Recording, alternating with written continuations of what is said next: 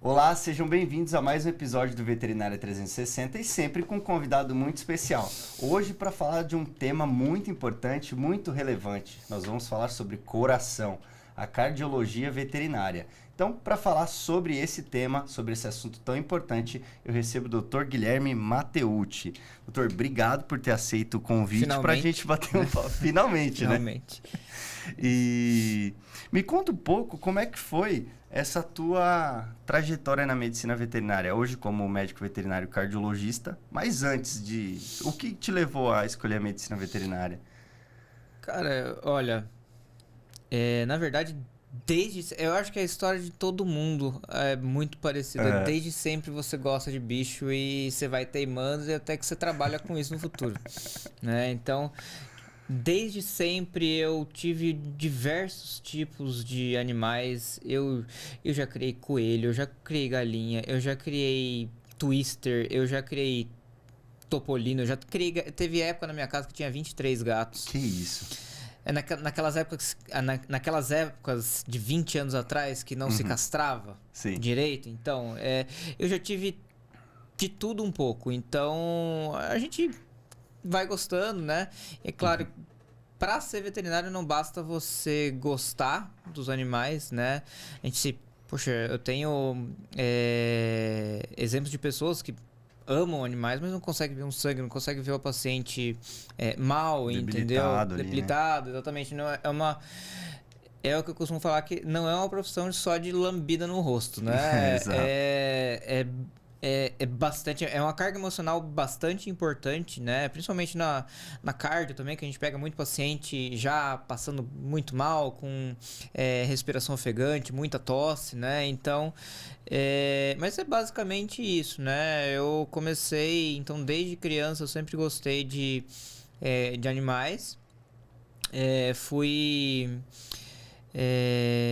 passando o tempo e eu optei pela veterinária para tentar fazer o melhor por eles, né? Então, foi por isso que eu escolhi a veterinária.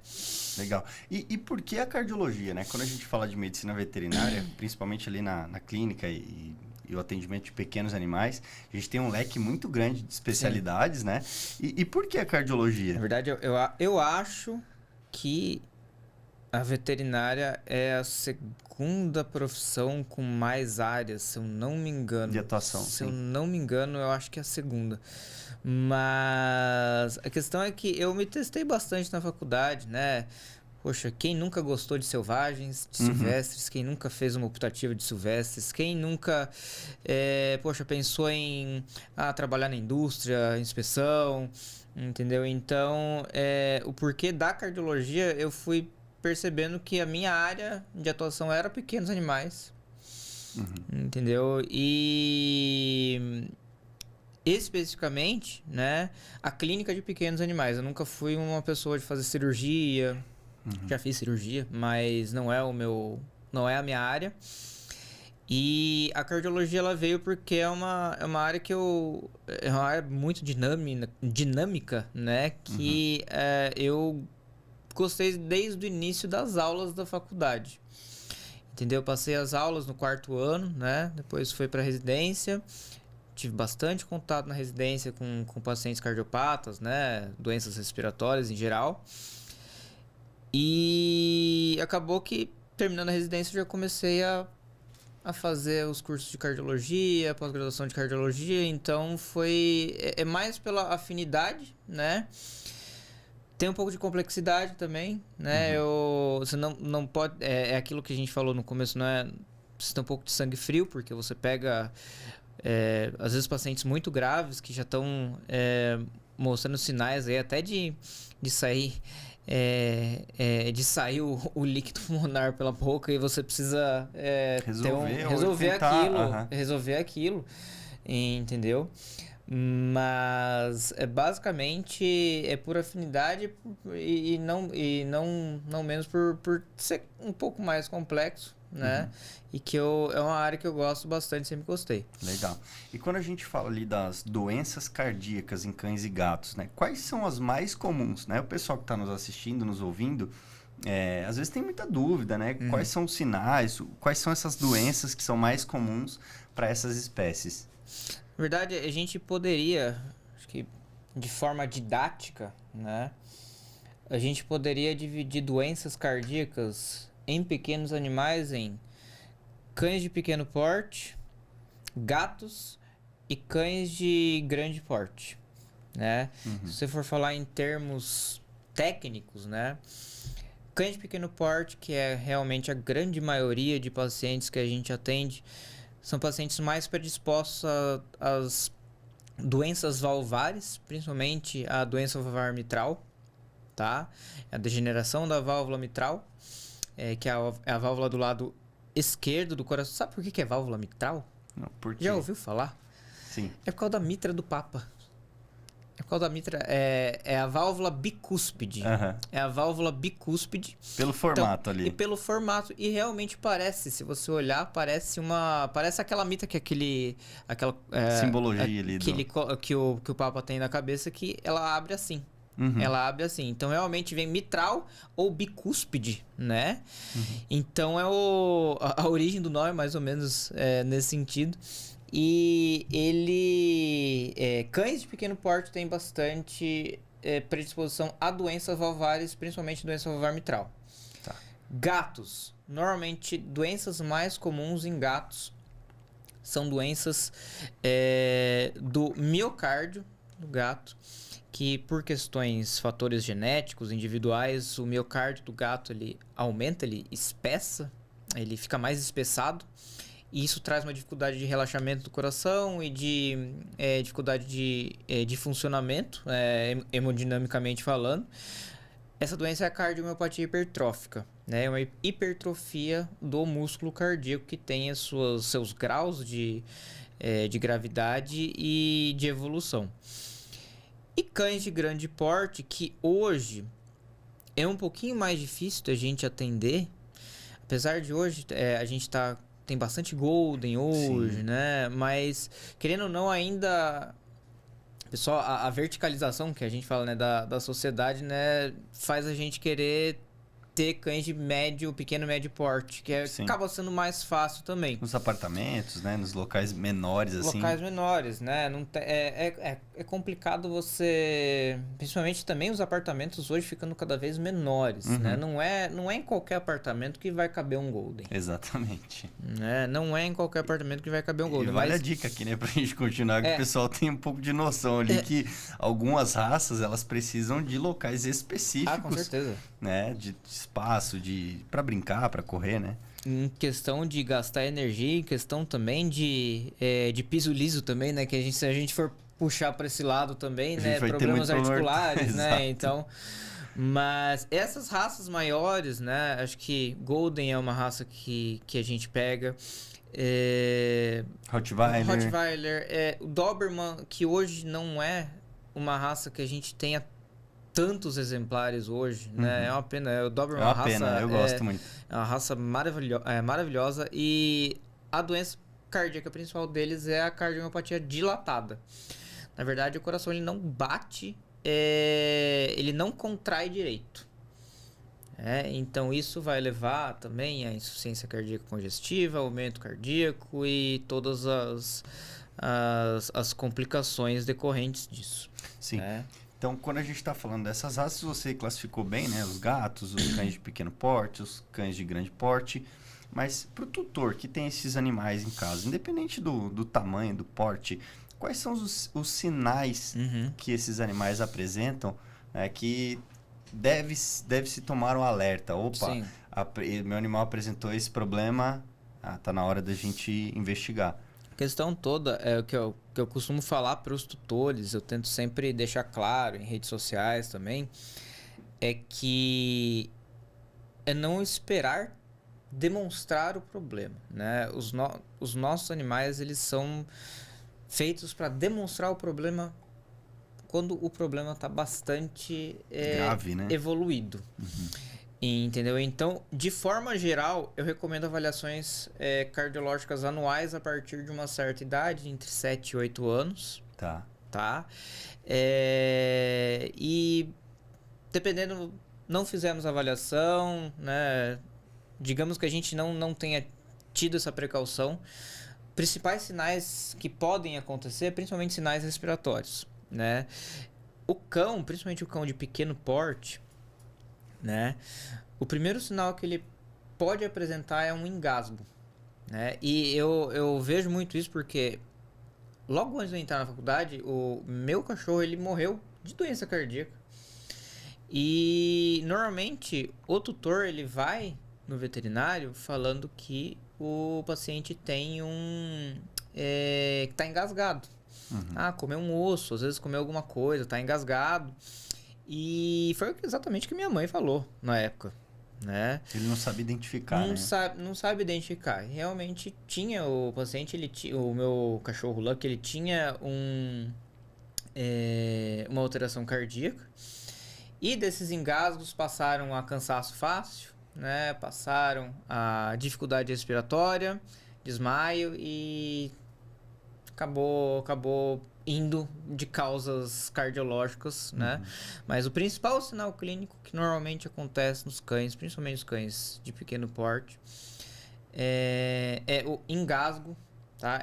Parece que ele, às vezes eu gosto de imitar o produtor, parece que ele tem alguma coisa presa aqui. Se quiser fazer também.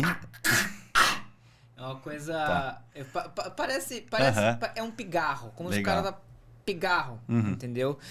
E é uma coisa que às vezes passa, né? Ele tem um pigarro uma vez por semana, depois uma vez a cada 3 dias, depois uma vez por dia. Isso vai evoluindo. E a partir do momento que ele começa a ter uma tosse um pouco mais frequente e uma dificuldade respiratória, é o momento mais grave da situação, que são sinalmente de chegar numa insuficiência cardíaca congestiva. Nem todo cardiopata, nem todo paciente com problema cardíaco está com insuficiência cardíaca. Tá, isso é um ponto importante da gente ressaltar, né? Sim. Então, a questão toda aí se a gente pega um paciente em estágio mais inicial, mas que já é indicado tratamento, o nosso objetivo é realmente retardar a entrada do paciente numa situação de insuficiência cardíaca congestiva, que é a famosa água no pulmão, ou água na barriga, né? Outras situações. Então, uma coisa que é legal ressaltar é que as avaliações de rotina, elas se tornam mais importantes ainda quando a gente fala de gato. Porque o gato, ele não tosse. Às vezes o gato é mais idoso, ele vai estar dormindo. Como é que você vai descobrir que esse gato está cansado? Você precisa ser muito observador, olhar muito bem a respiração dele. Entendeu? Porque normalmente o gato, ele chega pra gente ou com uma dificuldade respiratória extrema, ou sem andar com as patas de trás. Porque gato tem bastante susceptibilidade a ter trombo. Esses trombos que são formados dentro do coração, eles param ali nas artérias ali das patas de trás e causam uma perda de circulação. E eles vêm às vezes vão até para ortopedia, porque acham que é lesão em coluna. E normalmente, boa parte das vezes não é dessa forma, né? Normalmente o gato tem trombo ali, você vai achar um problema cardíaco, porque é mais comum do que a gente imagina. Tá. E outro sinal que a gente pode ver, você falou desse cansaço, né? Desses engasgos que eles podem apresentar, mas alguns pacientes também podem apresentar essa língua um pouco mais roxa, né? Mas esse cansaço do nada, né? Não consegue fazer um exercício físico simples que já estava acostumado a fazer ali. É o que a gente chama do cianose de língua, né? E o cansaço fácil, né? Eu vejo a cianose de língua muito mais importante também em pacientes que são mais agitados por natureza, né? Tá. Então, o paciente que é mais agitado e ainda tem problema cardíaco, né? Então, isso se somatiza, né? E realmente é por uma falta de oxigenação ali, de troca gasosa ali no pulmão, tá?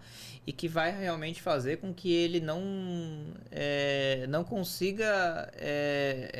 essa troca, né, deficiente vai fazer com que ele tenha a língua mais roxa e também uma certa dificuldade respiratória nesses momentos, às vezes até de passeios que que o paciente já faça há muito tempo, ele anda 2 vezes no quarteirão. Mas ele não tá querendo andar mais, ele pede pé de colo, né? O cachorro que pede colo para andar na rua é porque... Ele já tá muito mal, ele já tá bem, ainda mais cachorro que já... ativo, né? Que é ativo, exatamente. Tá? Mas cansaço fácil é realmente um dos sinais importantes. Cães de grande porte que eu vejo, né, com mais frequência, eles são muito mais suscetíveis àquilo que a gente chama de caquexia cardíaca, que é emagrecimento muito bastante rápido, né? importante e rápido do paciente. E eu vejo também com mais frequência a água na barriga, né? Então, não que o cão de pequeno porte não possa ter, entendeu? Mas são certas diferenças que eu vi aí no decorrer da sua trajetória, tá, né? E quando a gente pensa assim no diagnóstico, né? Quais são os métodos mais eficazes para a gente falar, olha, esse paciente ele tem um problema cardíaco? Além do exame clínico, né, físico que a gente está fazendo ali naquele paciente, o que mais tem de disponível para o tutor, né, e para que a gente chegue nesse diagnóstico? A questão, acho que pegando o ponto do exame físico, né, que é uma coisa que o pessoal às vezes vai até pegar o gancho e lembrar, às vezes a gente está numa consulta de rotina e o tutor escuta um sopro. Né? O que é o sopro, né? Realmente é uma alteração já no coração ali, a válvula não fechando direito, fazendo com que o sangue tenha refluxo na válvula e levando ao aumento cardíaco, tá?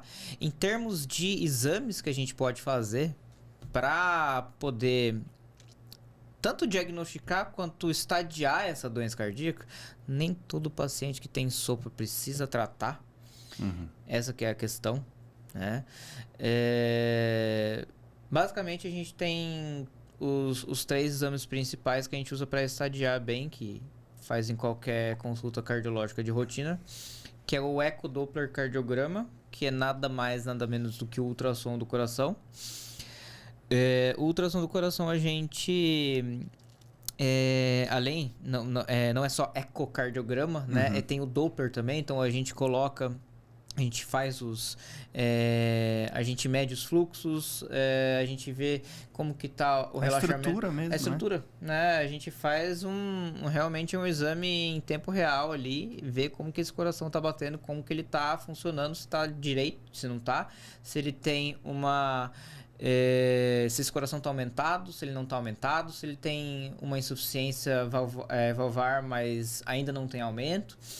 Então, esse é o principal exame para a gente poder ver a questão estrutural, entendeu? Temos também o exame de eletrocardiograma e de aferição de pressão. O eletrocardiograma, quando ele é usado junto com uma boa auscultação, resolve boa parte dos problemas. Às vezes você vai pegar um paciente que vai fazer um pré-cirúrgico, né? Então, você faz um eletro bem feito, você faz uma auscultação bem feita, você já consegue descartar, boa parte das vezes, uma doença cardíaca importante ali, tá? O eletrocardiograma, ele é o exame que vai falar pra gente o ritmo que esse coração tá batendo, se ele tem arritmia ou não, se precisa ser tratado ou não, tá? E a aferição da pressão arterial é realmente para estadiar também o perfil hemodinâmico desse paciente, saber se ele está com a pressão alta, se está com a pressão baixa, se precisa ser tratado ou acompanhado nesse sentido. Tá? Legal. E eu separei outra pergunta aqui.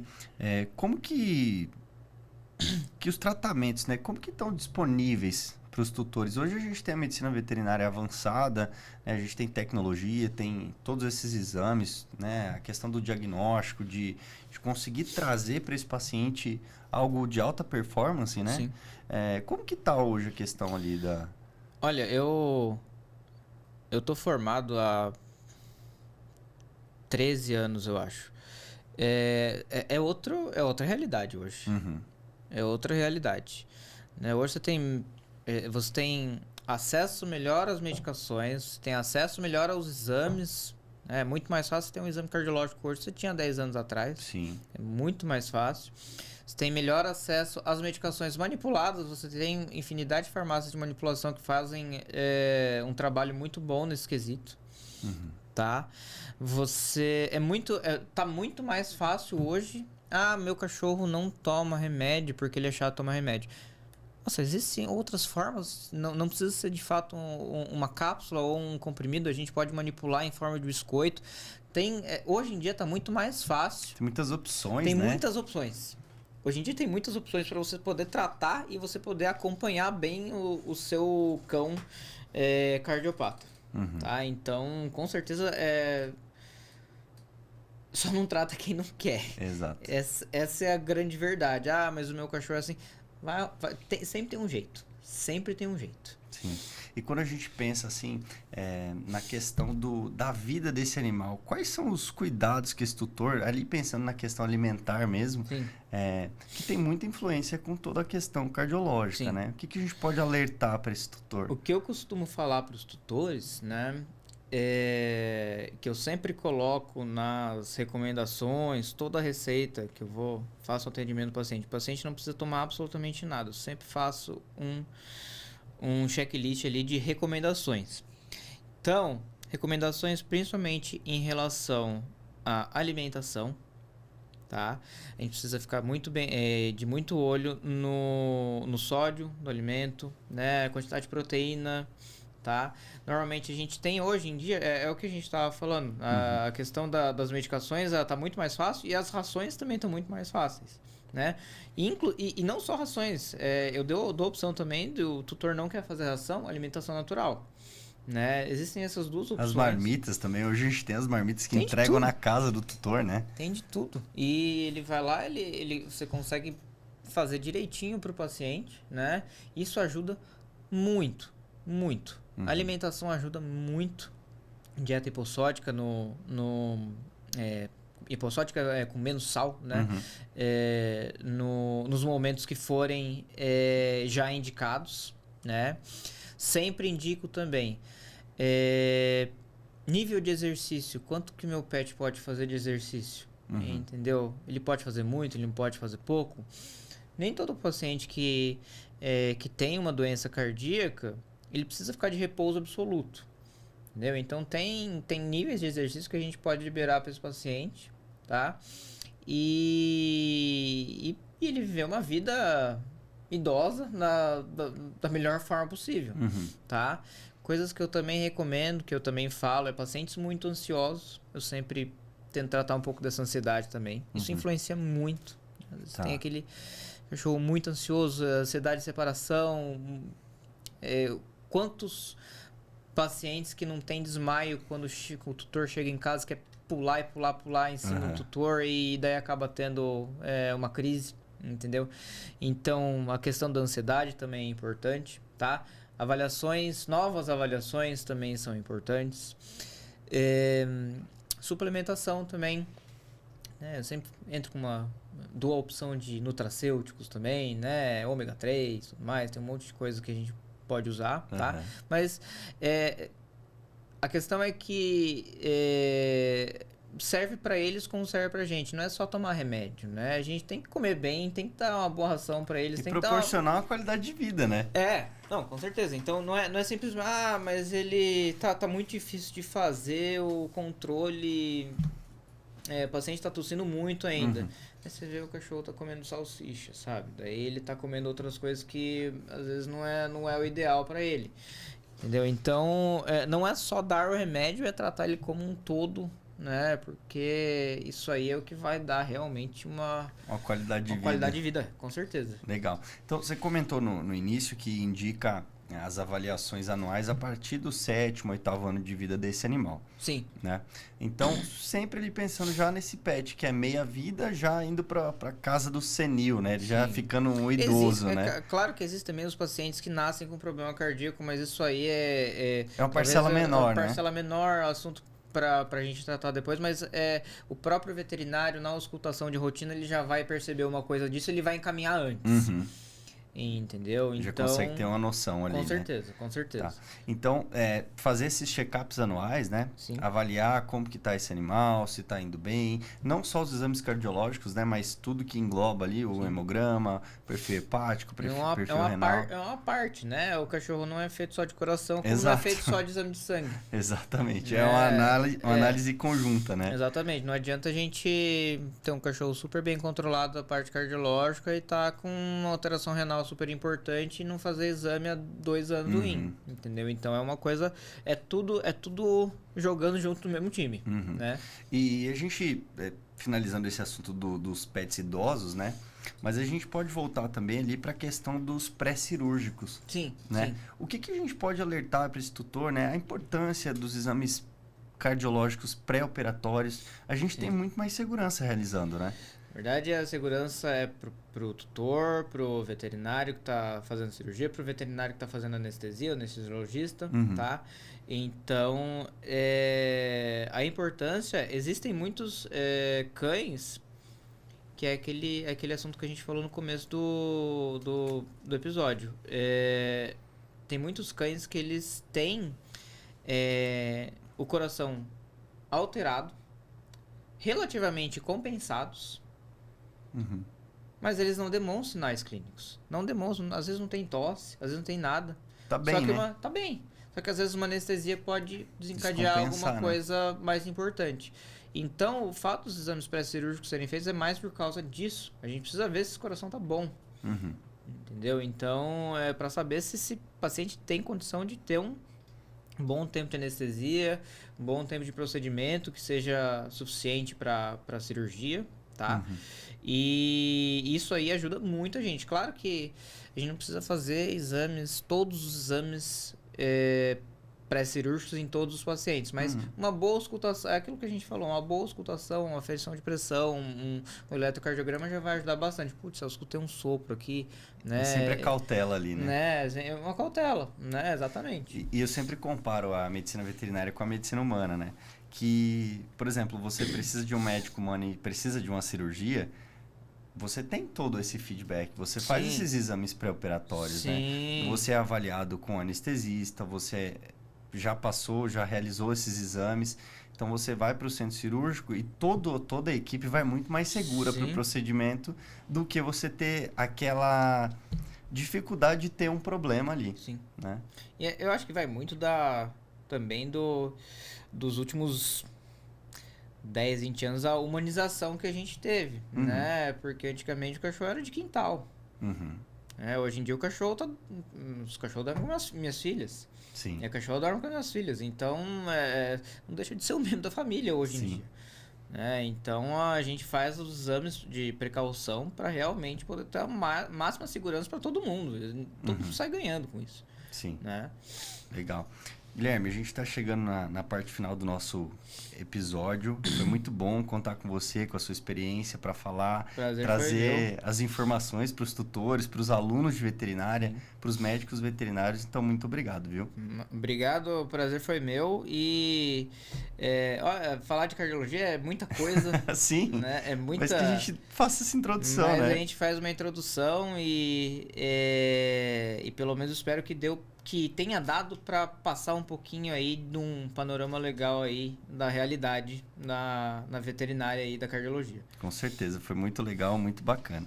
Então, se você gostou, curta, comente e compartilhe. Até uma próxima!